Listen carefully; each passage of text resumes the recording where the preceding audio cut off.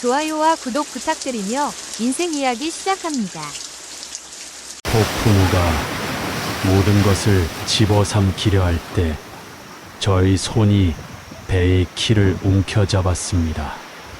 제 눈은 아무것도 보지 못하지만 파도의 울음소리만큼은 선명했습니다. 25살 된 젊은 선장이 공포에 떨며 외쳤습니다. 할아버지, 이제 정말 끝입니다. 하지만 제 입가에는 미소가 번졌습니다.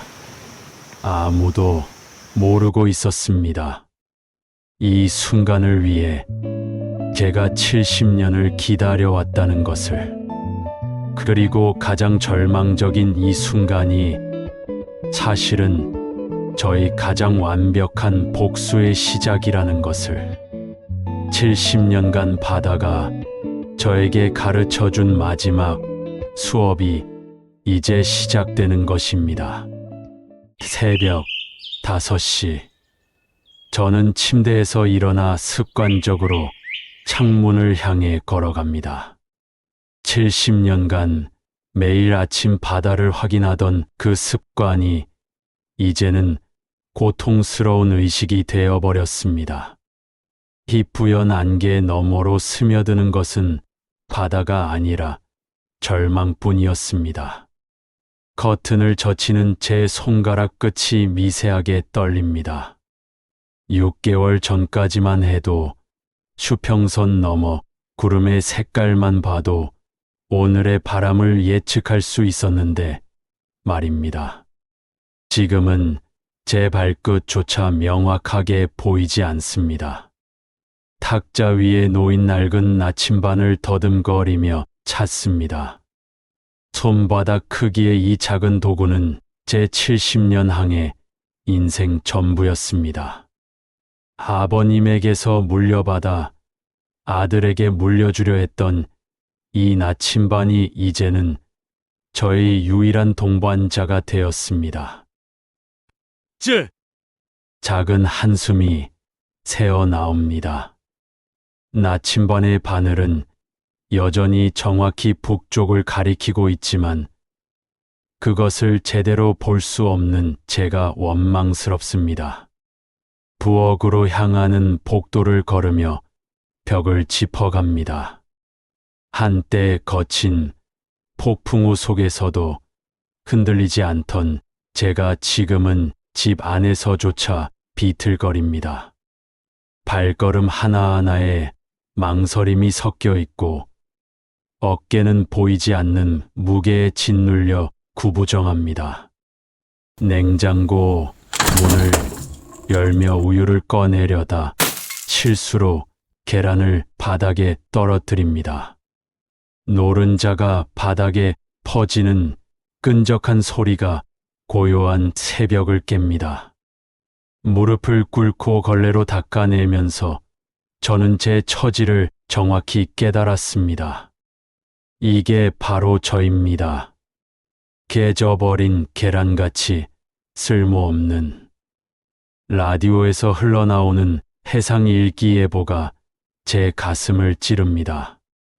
동해상의 바람삼에서 사, 물결 높이 1에서 2m. 예전 같으면 이런 날씨에는 당장 배에 올라 망망대해로 나갔을 텐데요. 지금은 집 안에서조차 제대로 걷기 힘듭니다. 창밖에서 들려오는 갈매기 소리가 더욱 애절하게 느껴집니다. 그 소리는 마치 바다가 저를 부르는 듯하지만 동시에 제가 더 이상 바다의 사람이 아님을 일깨워주는 잔인한 알림이기도 합니다. 문득 서랍에서 낡은 항해 일지를 꺼내 책상에 펼칩니다. 70년간 써내려간 제 일기들이 빼곡합니다. 하지만 글자들이 흐릿하게 번져 보입니다. 손가락으로 한 줄 한 줄 더듬으며 읽어보려 하지만 제 글씨조차 구분하기 어렵습니다. 이 일지에는 제 모든 것이 담겨 있습니다. 첫 항해의 설렘, 폭풍우를 뚫고 나간 용기, 수많은 생명을 구한 기록들. 하지만 이제 그 모든 기억들이 희미해져 갑니다. 그때 대문 앞에서 들려온 엔진 소리가 제 생각을 끊습니다. 운전기사가 경적을 울립니다. 오늘은 병원 진료일입니다. 의사는 매번 같은 말만 반복하시겠지요.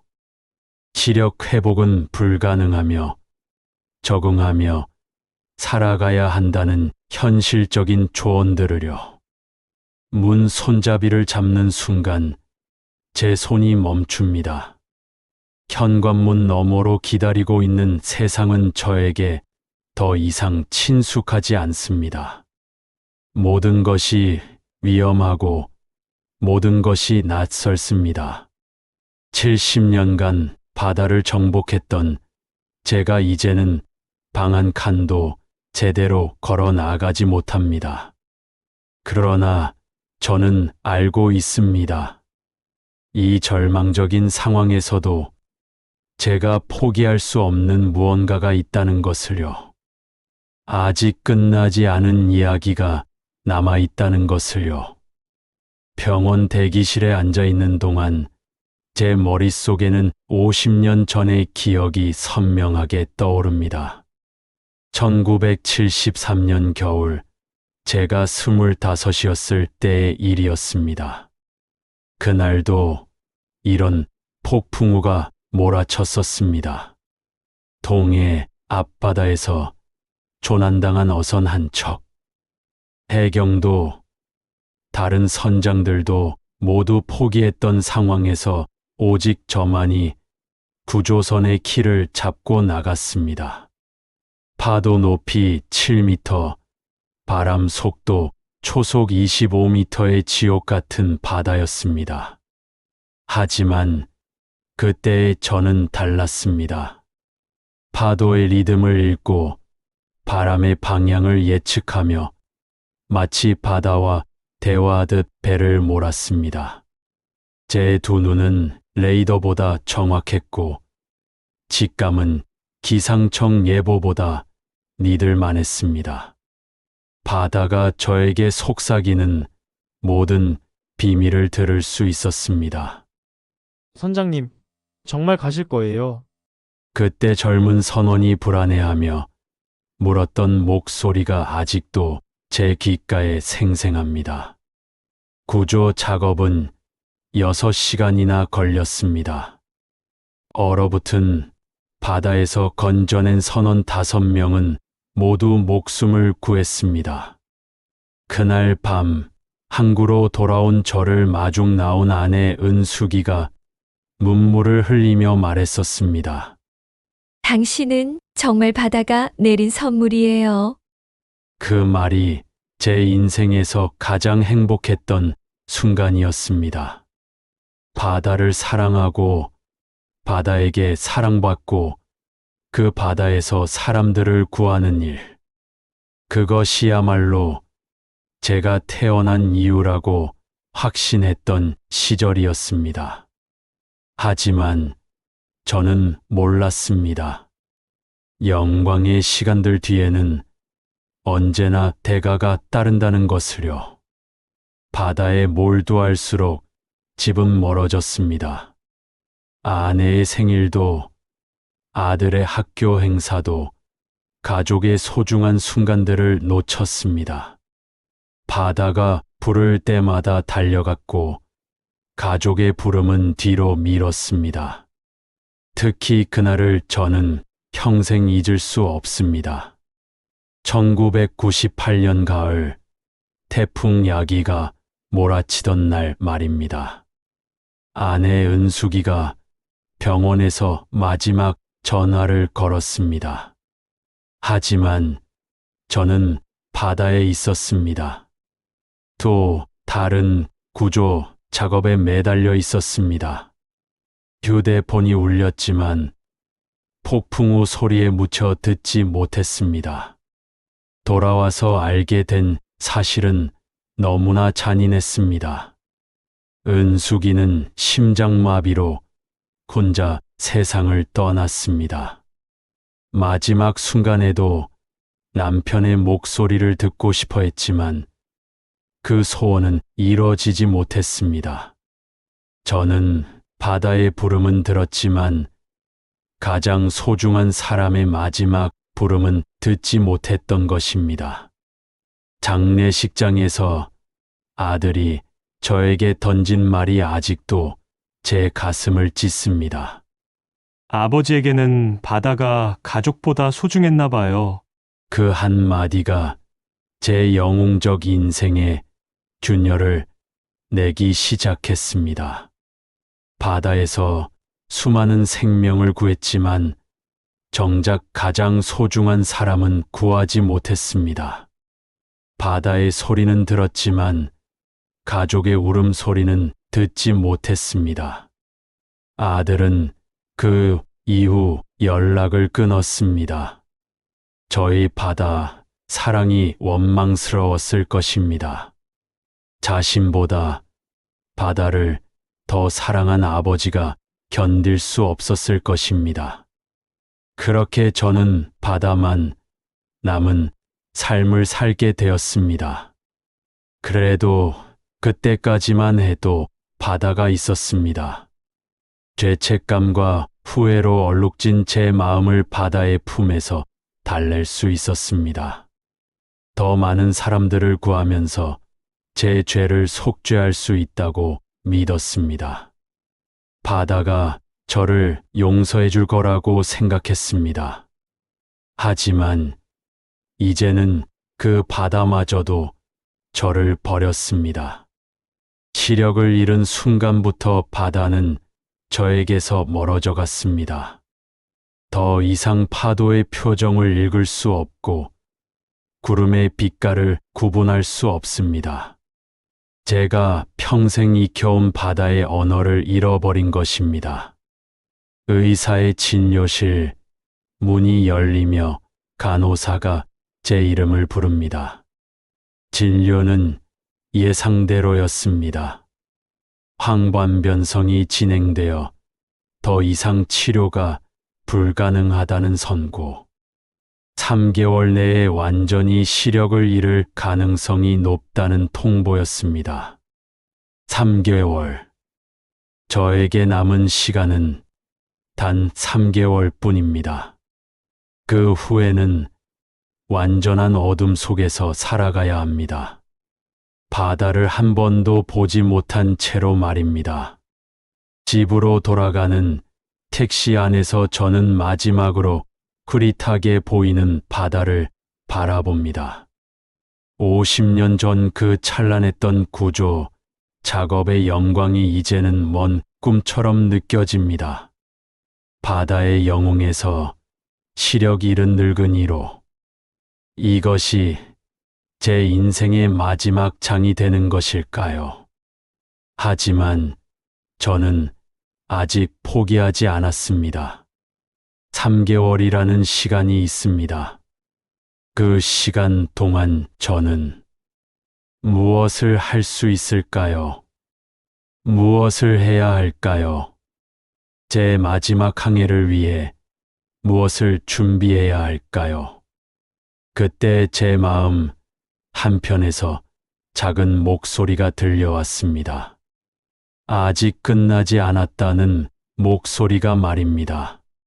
70년간 바다가 저에게 가르쳐 준 것들이 헛되지 않을 거라는 믿음이 조금씩 고개를 들기 시작했습니다.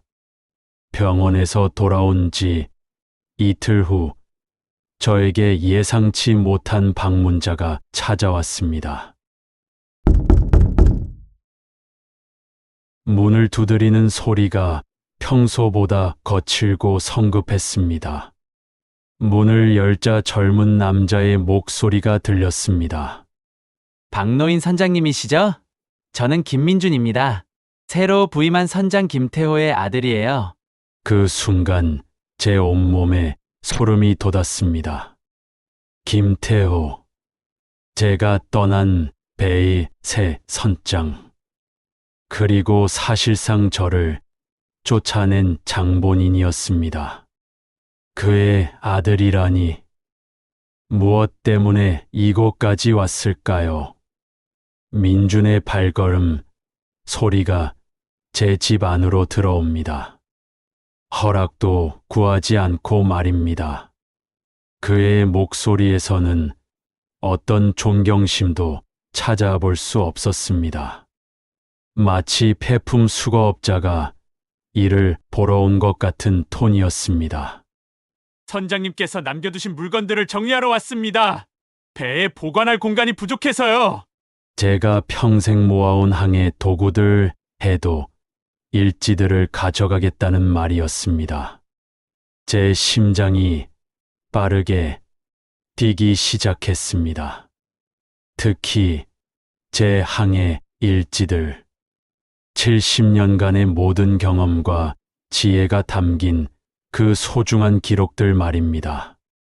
민준이 제 책상 위에 항해 일지를 뒤적이는 소리가 들렸습니다. 그 낡은 종이들을 함부로 만지는 소리가 제 귀를 찔렀습니다. 이런 낡은 일지들은 이제 쓸모없죠.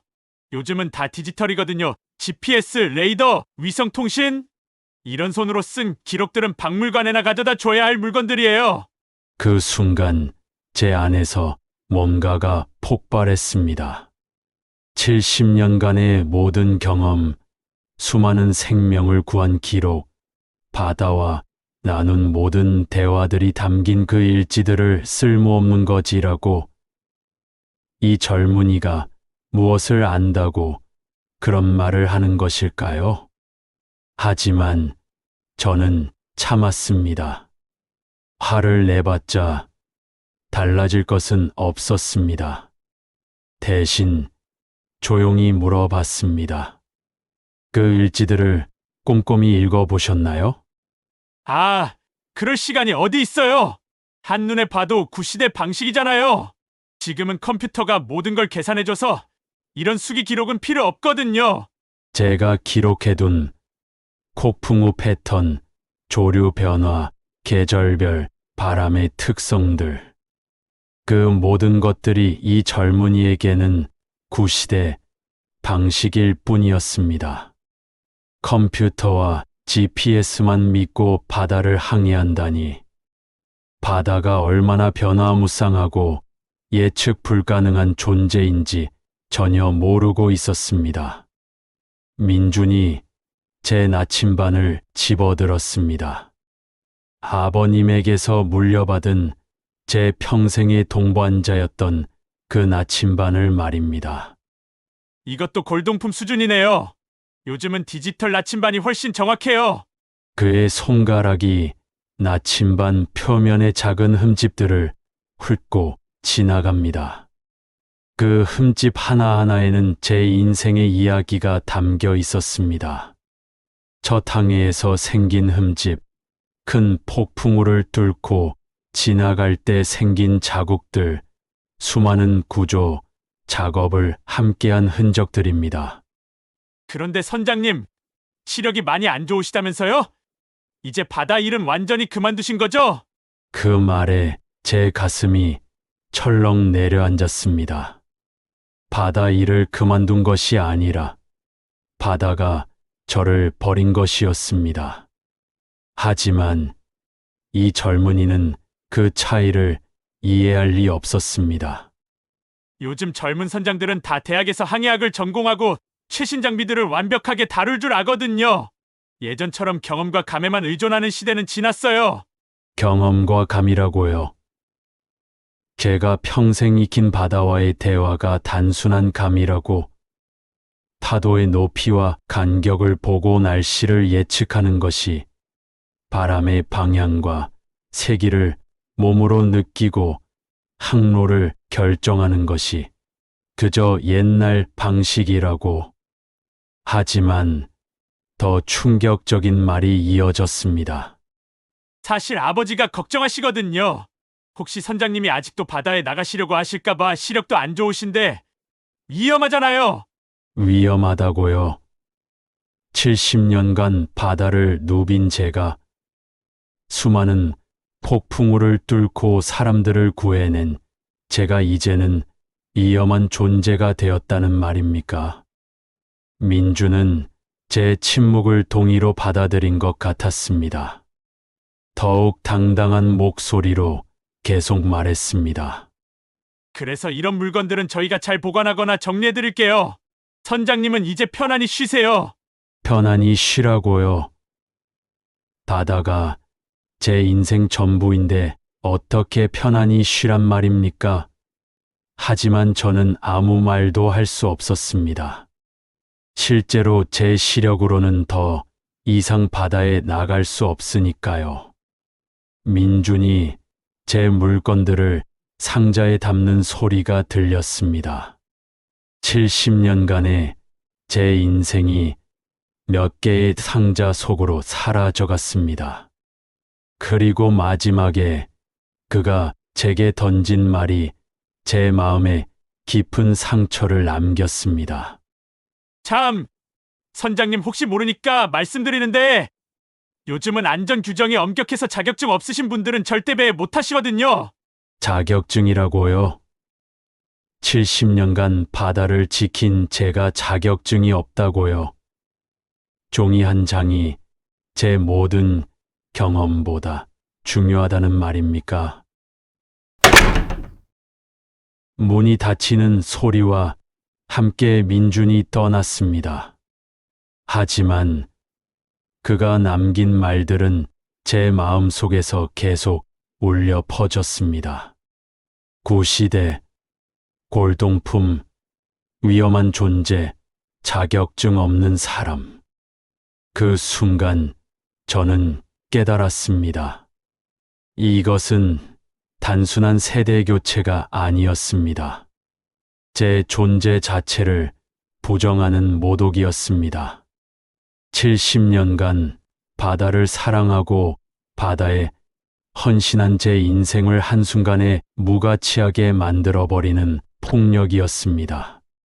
하지만 동시에 제 마음 한편에서는 다른 감정이 꿈틀거리기 시작했습니다.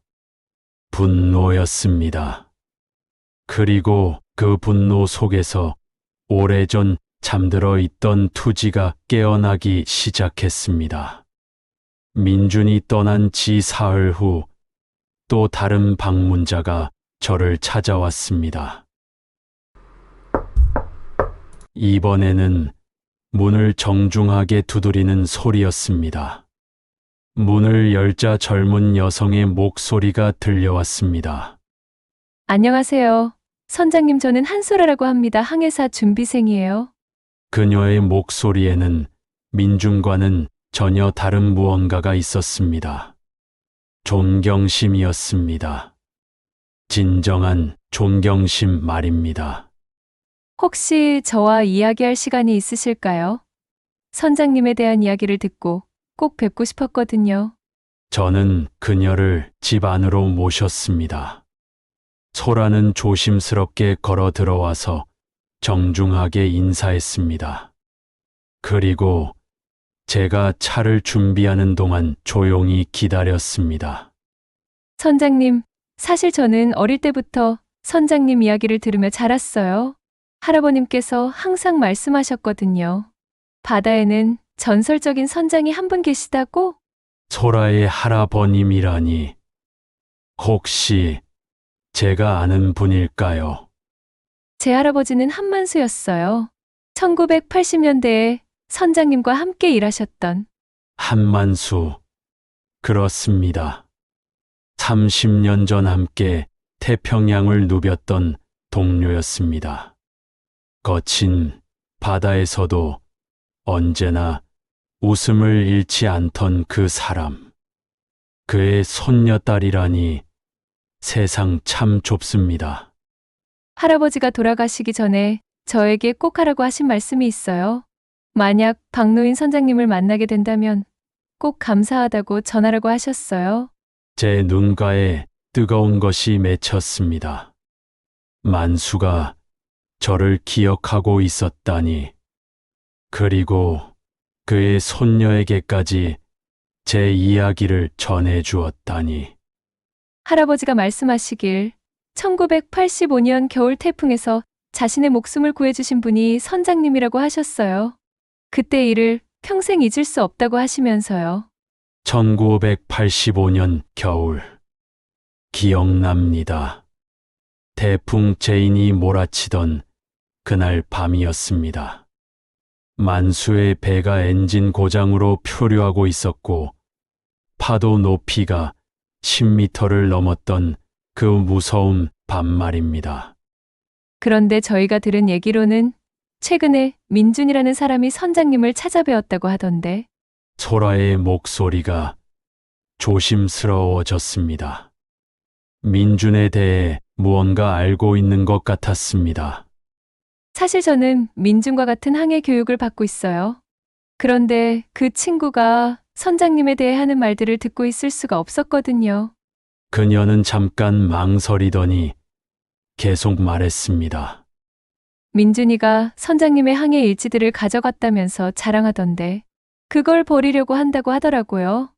제 일지를 버리려 한다고요?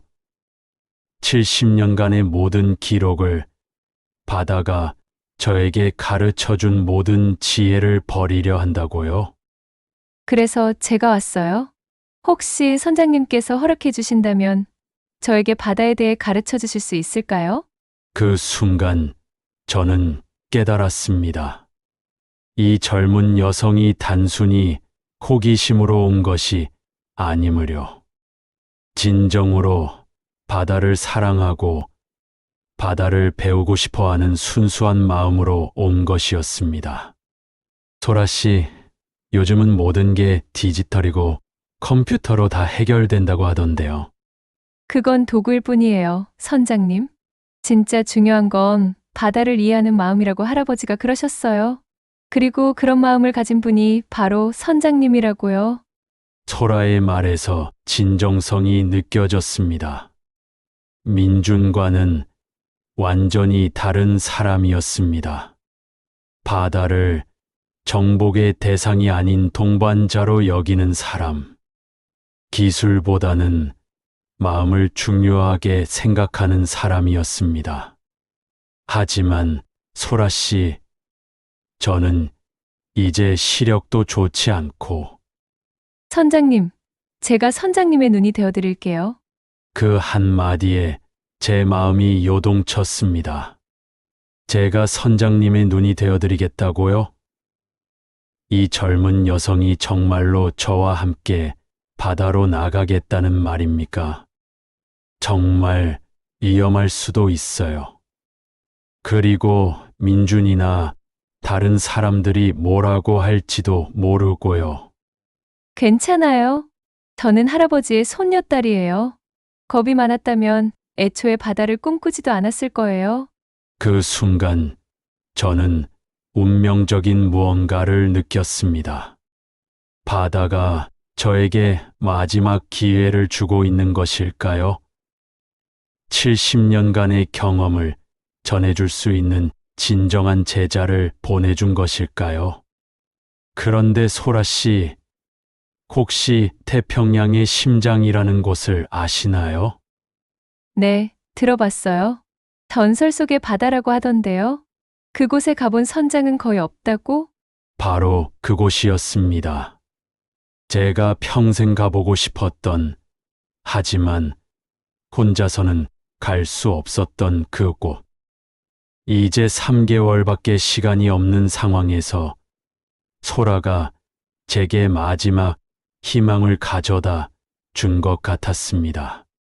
소라와의 첫 만남 이후 일주일이 흘렀습니다. 그녀는 매일 저를 찾아와 바다에 대한 이야기를 들었습니다. 하지만 저는 여전히 확신이 서지 않았습니다. 과연 이 젊은 여성과 함께 태평양의 심장까지 갈 수 있을까요? 더욱이 민준의 방해가 시작되었습니다. 소라가 저를 찾아다닌다는 소문이 퍼지자 그는 노골적으로 방해 공작에 나섰습니다. 어느 날 소라가 평소보다 늦게 찾아왔습니다. 그녀의 목소리에는 피로가 섞여 있었습니다. 선장님, 죄송해요. 오늘 늦었네요. 무슨 일이 있었는지 물어보니 민준이 교육원에서 소라에게 압력을 가하고 있다는 것이었습니다. 저와의 만남을 중단하라는 것이었습니다. 민준이가 교관들에게 이야기했나 봐요. 제가 위험한 일을 하려고 한다고요? 위험한 일이라니. 바다를 배우는 것이 위험한 일입니까? 하지만 저는 소라가 곤란해질까 봐 걱정되었습니다. 소라 씨, 무리하지 마세요. 저 때문에 곤란해지실 필요는 없어요. 하지만 소라는 고개를 저었습니다. 아니에요. 선장님, 이런 일로 포기할 수는 없어요. 그녀의 목소리에는 굳은 의지가 담겨 있었습니다. 하지만 동시에 저는 다른 걱정이 생기기 시작했습니다. 과연 제가 소라에게 올바른 길을 제시하고 있는 것일까요? 며칠 후, 더 큰 시험이 찾아왔습니다. 소라가 저에게 실제 바다로 나가자고 제안한 것입니다. 선장님, 작은 배라도 좋으니까 한번 나가보면 안 될까요? 이론으로만 배우는 건 한계가 있어요. 제 심장이 뛰기 시작했습니다. 6개월 만에 바다로 나간다는 생각에 설레기도 했지만 동시에 두렵기도 했습니다. 과연 제가 아직도 바다의 언어를 기억하고 있을까요? 하지만 소라 씨, 저는 이제 시력이 괜찮아요. 제가 선장님의 눈이 되어드린다고 했잖아요. 결국 저는 소라의 제안을 받아들였습니다. 작은 어선을 하나 빌려서 그네로 나가보기로 한 것입니다. 출항일 아침, 저는 6개월 만에 바다 냄새를 맡았습니다. 짠내와 해초 냄새, 그리고 갈매기들의 울음소리. 모든 것이 그리웠습니다. 하지만 막상 배에 올라서자 불안감이 엄습했습니다. 예전처럼 바다의 상태를 정확히 파악할 수 있을까요? 소라에게 제대로 가르쳐 줄 수 있을까요? 선장님, 오늘 바다 상태는 어떤가요? 소라의 질문에 저는 귀를 기울였습니다. 파도 소리, 바람의 세기, 배가 흔들리는 리듬, 천천히 바다의 목소리가 들리기 시작했습니다. 파도 간격이 6초 정도, 바람은 북동풍 4에 5. 오늘은 조용한 바다네요. 와, 정말 신기해요. 어떻게 소리만으로도 그걸 알 수 있으시는 거예요? 소라의 감탄사에 제 마음이 조금 놓였습니다. 아직 제가 바다를 읽는 능력을 완전히 잃지는 않았나 봅니다. 하지만 항해를 계속하면서 한계도 느꼈습니다. 멀리 있는 다른 배들의 움직임을 파악하기 어려웠고 수심 변화를 정확히 읽는 것도 예전만큼 자신 있지 않았습니다. 더욱이 돌아오는 길에 작은 사고가 있었습니다. 다른 배와의 거리를 잘못 판단해서 너무 가까이 지나간 것입니다. 다행히 큰 문제는 없었지만 저는 충격을 받았습니다. 선장님, 괜찮으세요? 소라가 걱정스러운 목소리로 물었지만 저는 대답할 수 없었습니다. 과연 제가 정말로 태평양의 심장까지 갈 수 있을까요? 소라를 위험에 빠뜨리는 것은 아닐까요? 그날 밤, 저는 잠을 이룰 수 없었습니다. 오늘의 작은 실수가 계속 머릿속을 맴돌았습니다. 혹시 민준의 말이 맞는 것은 아닐까요? 제가 정말로 위험한 존재가 된 것은 아닐까요? 하지만 다음 날 아침 소라가 찾아왔을 때 그녀는 전혀 다른 이야기를 했습니다. 선장님, 어제 정말 많이 배웠어요. 바다를 소리로 읽는 방법, 파도의 리듬을 느끼는 법, 이런 건 어떤 교과서에도 나와 있지 않거든요. 소라의 말에 제 마음이 조금 놓였지만 여전히 의구심은 남아 있었습니다. 과연 저희가 꿈꾸는 항해가 실현 가능한 것일까요? 첫 항해 이후 며칠간의 고민 끝에 저는 중요한 결심을 내렸습니다. 제 남은 시간이 얼마 없다면 그 시간을 후회 속에서 보낼 것이 아니라 마지막 도전을 위해 사용하겠다는 것이었습니다. 소라에게 제 진짜 계획을 털어놓기로 했습니다. 소라 씨, 저에게는 평생의 꿈이 하나 있어요. 그날 오후, 저는 소라에게 태평양의 심장에 대한 모든 이야기를 들려주었습니다. 그곳이 어떤 곳인지, 왜 그곳에 가고 싶었는지, 그리고 지금까지 왜 가지 못했는지 말입니다. 그곳은 단순한 바다가 아니에요. 태평양의 가장 깊고 순수한 영혼이 있는 곳이죠. 그곳에 도달한 선장은 바다의 진정한 축복을 받는다고 전해집니다. 소라는 조용히 제 이야기를 들었습니다. 그리고 마지막에 이렇게 말했습니다. 선장님, 저도 함께 가겠어요. 하지만 위험해요.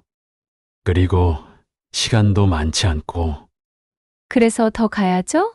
선장님의 마지막 항해라면 저도 함께하고 싶어요. 그 순간 저는 확신했습니다.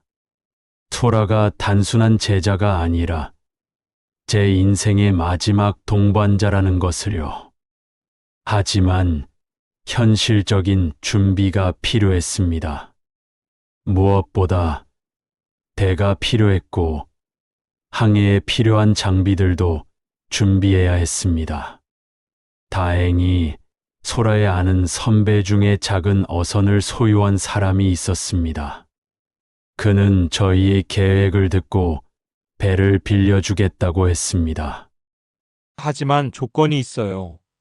만약 위험하다고 판단되면 즉시 돌아와야 해요. 당연한 조건이었습니다. 저희는 무모한 모험을 하려는 것이 아니라 신중하고 계획적인 항해를 하려고 했습니다. 그 후 일주일간 저와 소라는 치밀하게 준비에 매달렸습니다. 제가 70년간 축적한 경험을 바탕으로 항해 계획을 세우고 소라는 최신 장비들을 점검했습니다. 선장님, 이 항으로 가면 얼마나 걸릴까요? 저는 제 낡은 해도를 펼쳐놓고 손가락으로 경로를 따라갔습니다. 비록 눈으로는 잘 보이지 않았지만 70년간 수없이 그었던 항로들이 손끝에서 느껴졌습니다. 순조롭게 가면 3일 정도. 하지만 바다는 계획대로 되지 않죠. 준비 과정에서 예상치 못한 방해가 있었습니다. 민준이 소라의 교육원에 정식으로 민원을 제기한 것입니다. 선장님, 큰일 났어요. 교육원에서 저에게 경고를 했어요. 만약 계속 이런 일을 한다면 교육 과정에서 제외시키겠다고? 그 순간 저는 소라를 포기시켜야 하나 하는 생각이 들었습니다. 제 개인적인 욕심 때문에 젊은 여성의 미래를 망칠 수는 없었습니다. 소라 씨, 그만두세요. 저는 혼자서도. 안 돼요. 소라가 처음으로 강하게 반박했습니다. 선장님, 저는 벌써 결심했어요. 이건 단순히 선장님을 돕는 게 아니라 제 자신을 위한 일이기도 해요. 그녀의 목소리에는 흔들리지 않는 결의가 담겨 있었습니다. 할아버지가 돌아가시기 전에 저에게 하신 말씀이 있어요. 바다는 진정한 마음을 가진 사람에게만 자신의 비밀을 보여준다고 하셨거든요. 저는 그 비밀을 보고 싶어요. 그 순간 저는 깨달았습니다. 소라 역시 저와 같은 꿈을 가지고 있다는 것을요. 바다의 진정한 모습을 보고 싶어 하는 순수한 열정을 말입니다. 하지만 가장 큰 문제가 남아 있었습니다. 제 시력 문제였습니다. 아무리 소라가 제 눈이 되어준다고 해도 위급한 상황에서는 경험 많은 선장의 직감이 필요했습니다. 그래서 저는 특별한 훈련을 시작했습니다. 소라와 함께 매일 작은 배를 타고 나가서 시각에 의존하지 않고 바다를 읽는 연습을 했습니다. 바람의 방향과 세기를 피부로 느끼고 파도의 리듬을 몸으로 기억하고 배의 기울어짐으로 조류의 변화를 파악하는 것들이었습니다. 놀랍게도 시력을 잃어가면서 다른 감각들이 더욱 예민해졌습니다. 예전에는 눈으로 확인했던 것들을 이제는 소리와 촉감으로 알 수 있었습니다. 선장님, 정말 신기해요. 어떻게 엔진 소리만 듣고도 다른 배까지의 거리를 알 수 있으세요? 70년의 경험이죠. 바다가 저에게 준 선물이에요. 2주간의 집중 훈련 후 저는 어느 정도 자신감을 회복했습니다. 비록 예전만큼은 아니지만 소라와의 완벽한 팀워크로 충분히 항해할 수 있을 것 같았습니다. 마침내 출발일이 정해졌습니다. 다음 주 화요일 날씨가 가장 좋을 것으로 예상되는 날이었습니다. 그 전날 밤 저는 오랜만에 깊은 잠에 들었습니다. 꿈속에서 저는 젊은 시절의 모습으로 바다를 항해하고 있었습니다.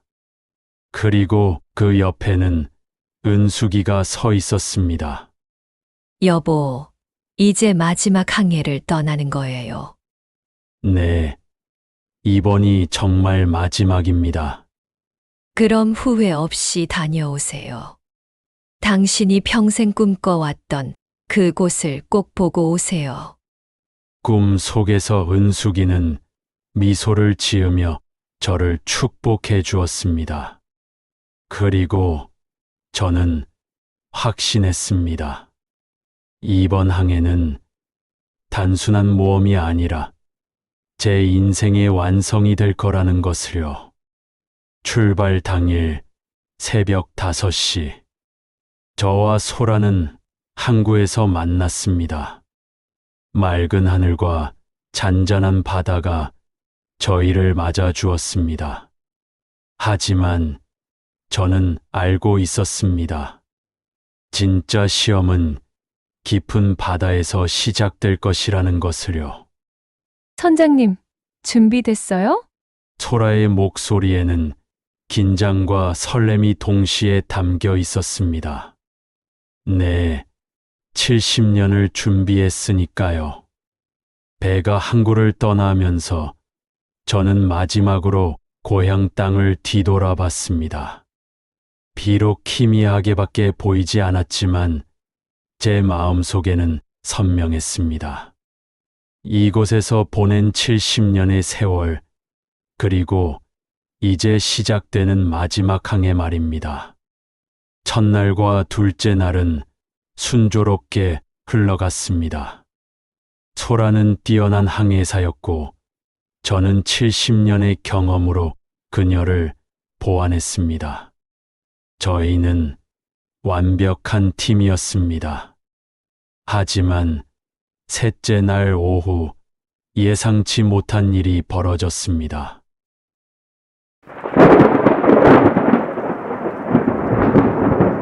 수평선 너머에서 거대한 폭풍 구름이 다가오고 있었던 것입니다. 선장님, 기상 예보에는 없던 폭풍이에요. 소라의 목소리에 당황이 섞여 있었습니다. 하지만 저는 침착했습니다. 70년간 수없이 경험했던 상황이었습니다. 소라 씨, 당황하지 마세요. 바다가 저희를 시험하는 거예요. 파도가 점점 거세지기 시작했습니다. 3m, 5m, 그리고 7m까지 올라왔습니다. 하지만 저는 차분하게 소라에게 지시했습니다. 파도의 리듬을 읽으세요. 7번째마다 큰 파도가 와요. 그걸 피해서 항로를 잡으세요. 어떻게 알 수 있으세요? 바다가 말해주고 있어요. 귀 기울여 들어보세요. 그때였습니다. 폭풍 속에서 다른 배의 조난 신호가 들려온 것입니다.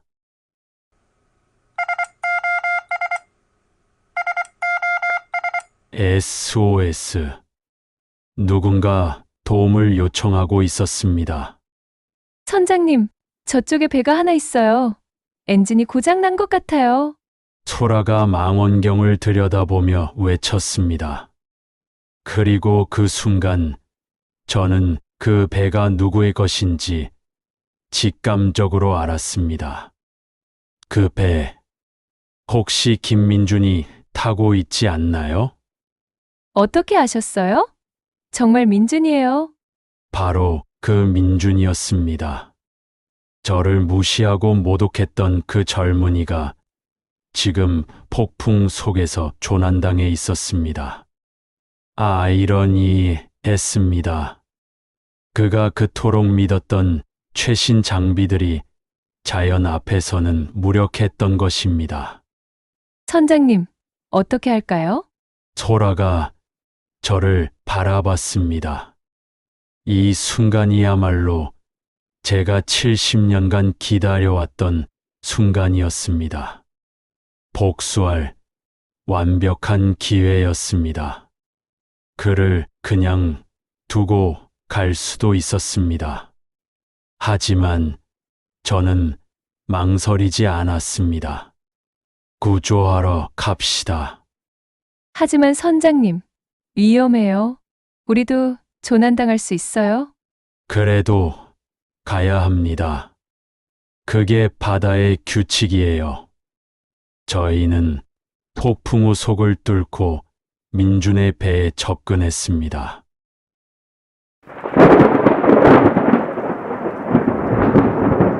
파도 높이가 10m를 넘어서자 소라도 겁을 먹기 시작했습니다.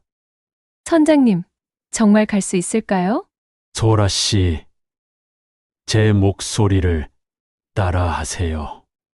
지금부터는 제가 직접 조종할게요.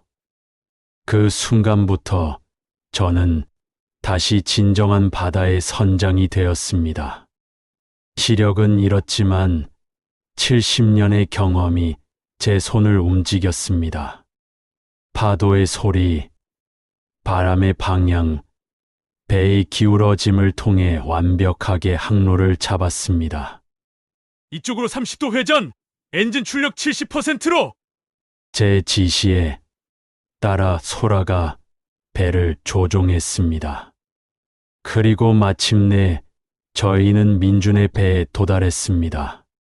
할아버지! 민준이 저를 보고 외쳤습니다. 그의 목소리에는 경외와 감사가 섞여 있었습니다. 구조 작업은 1시간이나 걸렸습니다. 거친 파도 속에서 로프를 연결하고 민준과 그의 동료들을 안전하게 저희 배로 옮기는 작업이었습니다. 모든 것이 끝난 후 민준이 저에게 다가왔습니다. 선장님, 죄송합니다. 제가 틀렸습니다. 그의 목소리는 떨리고 있었습니다. 선장님의 항해 일지, 그 모든 기록들이 얼마나 소중한지 이제야 알겠어요. 최신 장비도, GPS도, 레이더도 이런 상황에서는 아무 소용 없었어요. 오직 경험과 직감만이. 민주는 더 이상 말을 잇지 못했습니다. 그리고 저는 알았습니다. 이것이야말로 제가 바라던 진정한 복수였다는 것을요. 그를 해치는 것이 아니라 그에게 진실을 깨닫게 해주는 것 말입니다. 폭풍이 지나간 후 저희는 계속해서 태평양의 심장을 향해 항해했습니다. 그리고 마침내 해가 질 무렵 저희는 그곳에 도달했습니다. 선장님, 여기가 정말 소라의 목소리가 경외감으로 가득했습니다. 비록 제 눈으로는 볼 수 없었지만 소라의 묘사를 통해 그 장엄한 광경을 상상할 수 있었습니다. 바다가 완전히 다른 색이에요. 깊고 푸른, 마치 보석 같아요. 그리고 이상해요. 여기만 완전히 고요해요. 바로 그곳이었습니다. 태평양의 심장. 제가 평생 꿈꿔왔던 그 신비로운 바다였습니다. 그 순간 저는 어떤 계시 같은 것을 느꼈습니다. 70년간의 모든 항해, 모든 구조 작업, 심지어 아내를 잃은 고통까지도 모두 이 순간을 위한 것이었다는 깨달음이었습니다. 소라 씨, 고맙습니다. 당신 덕분에 제 인생이 완성되었어요. 선장님, 감사해야 할 사람은 저예요. 선장님 덕분에 진짜 바다를 배웠으니까요. 돌아가는 길에 민준이 저에게 말했습니다. 선장님, 제가 가져간 항해 일지들 모두 돌려드릴게요. 그리고 앞으로 모든 후배들에게 선장님의 이야기를 전하겠습니다. 그 말을 들으며 저는 진정한 승리를 맛보았습니다. 이것이야말로 완벽한 복수였습니다. 원한이 아닌 깨달음으로, 분노가 아닌 존경으로 이루어진 복수였습니다. 항구에 도착했을 때 많은 사람들이 저희를 기다리고 있었습니다. 폭풍 우 속에서의 구조 작업 소식이 이미 퍼졌던 것입니다. 그리고 그날 밤 저는 평생 처음으로 완전한 평안을 느끼며 잠들었습니다. 바다가 저를 용서해 주었다는 확신과 함께 말입니다. 그로부터 3개월 후 저는 약속대로 시력을 완전히 잃었습니다. 하지만 더 이상 슬프지 않았습니다. 제가 봐야 할 모든 것을 다 봤으니까요. 민주는 약속을 지켰습니다. 제 항해 일지들은 해양대학교 박물관에 기증되어 후배들의 교육 자료로 활용되고 있습니다. 그리고 소라는 정식 항해사가 되어 바다를 누비고 있습니다. 가끔 항구에 나가 앉아 있으면 젊은 선원들이 저에게 다가와 인사를 합니다. 그들은 저를 바다의 전설이라고 부릅니다. 그 말을 들을 때마다 저는 웃음이 납니다. 전설이 아니라 그냥 바다를 사랑한 늙은이였을 뿐인데 말입니다. 하지만 그 사랑이 결국 저를 전설로 만들어준 것 같습니다. 그리고 저는 알고 있습니다. 언젠가 마지막 날이 오면 저는 다시 바다로 돌아갈 것이라는 것을요. 그때까지 저는 이곳에서 바다의 이야기를 들려줄 것입니다. 진정한 바다의 선장이 무엇인지를요. 사랑하는 시청자 여러분, 긴 이야기 끝까지 함께 해주셔서 진심으로 감사합니다. 저는 이 늙은 선장의 마지막 항해를 지켜보며 깊은 깨달음을 얻었습니다. 눈이 보이지 않는 절망 속에서도 그는 포기하지 않았습니다.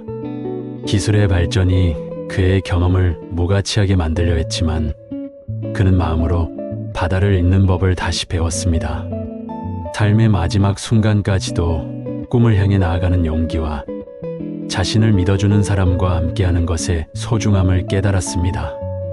우리 모두 삶의 폭풍우 속에서 길을 잃을 때가 있습니다. 하지만 중요한 것은 눈앞의 절망이 아니라 마음속에 간직한 항해의 목적지라는 것을 이 이야기는 말해주고 있습니다. 여러분의 삶에서 놓치고 싶지 않은 혹은 다시 찾고 싶은 마지막 항해는 무엇인가요? 이 이야기에 대한 여러분의 생각과 응원 메시지를 댓글로 남겨주세요.